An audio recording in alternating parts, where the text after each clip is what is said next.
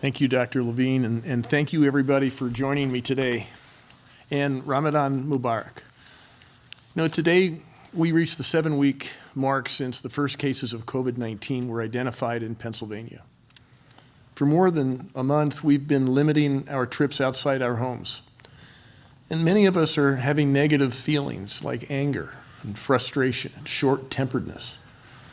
These negative feelings are coming in two main forms. First, they're coming as stress from the hardships brought on by the pandemic. Thoughts like, how can I pay my rent? And where can I get food? Second, these negative feelings are coming from anxiety, which is a trickier subject because it's not caused by one specific stressor. Many of the activities that help reduce anxiety have been made more difficult by COVID-19. Things like reaching out to talk to a friend or working out in a gym. So first, I want to address stress. I know many Pennsylvanians are feeling stress from the economy. We've had a record surge of more than 1.6 million applicants for unemployment compensation. Our unemployment compensation system just wasn't built for this volume, and it's frustrated many people who have had long wait times on the phone or slow email responses. I've heard these struggles. And we have made changes to help us meet the demand, including bringing in 500 staff members from other labor and industry offices and agencies. We've brought in 500 staff members from the Unemployment Compensation Office with responding to calls and emails. We've brought back 70 experienced unemployment compensation retirees to help, and we have hired more than 100 new employees. We also launched IBM Watson, an automated virtual phone assistant, which will reduce call wait times by answer and direct 90,000 calls. We've also begun assisting Pennsylvanians with accessing new federal programs, and this includes paying out a total of nearly $1 billion to recipients of a program that provides an additional $600 per week to unemployment amounts, and assisting self-employed independent contractors and others who are not typically eligible for unemployment compensation with accessing a brand new federal program for them. We had more than 90,000 people apply for this program in the very first week, and we anticipate issuing the first payments in the next several weeks. Of course, knowing unemployment compensation is coming isn't going to help if your cupboards are empty or your bills are due. And that's why we also need to directly address these stressors as much as possible. If you're struggling with food, Feeding Pennsylvania at www.feedingpa.org and Hunger Free Pennsylvania at www.hungerfreepa.org. They're the hubs of information for where people can get assistance locally and in their communities.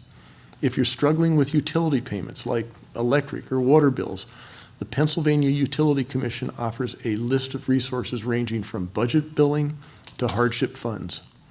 If you're struggling with another stressor or unsure of where to go, dial 211 or text your zip code to hashtag 898-211 to be connected to a local resource specialist through the United Way. Or visit compass.state.pa.us for more information or to apply online at any time to a variety of programs that can help you or your family get through this challenging time. As I said earlier, you might also be struggling with anxiety. Many of our typical ways of dealing with anxiety have been eliminated. We might be getting less exercise because our gym is closed, or because we're not running errands or walking around our workplace. We might not be getting enough sleep because we're off our usual schedules. We might not be eating healthy because we're at home all day. We might not be talking as much to our friends and family, especially parents or grandparents in a nursing home if we can't talk to them, or someone who's incarcerated. Those are the folks we can't talk to. And we might be hearing a lot of scary information from news or social media. All of these things will contribute to feeling more anxious, so we need to work to combat them as much as we can. We need to look for new ways to combat anxiety, like going for a midday walk or setting up a virtual happy hour with coworkers. And most of all, we need to reach out to one another and talk about our negative feelings.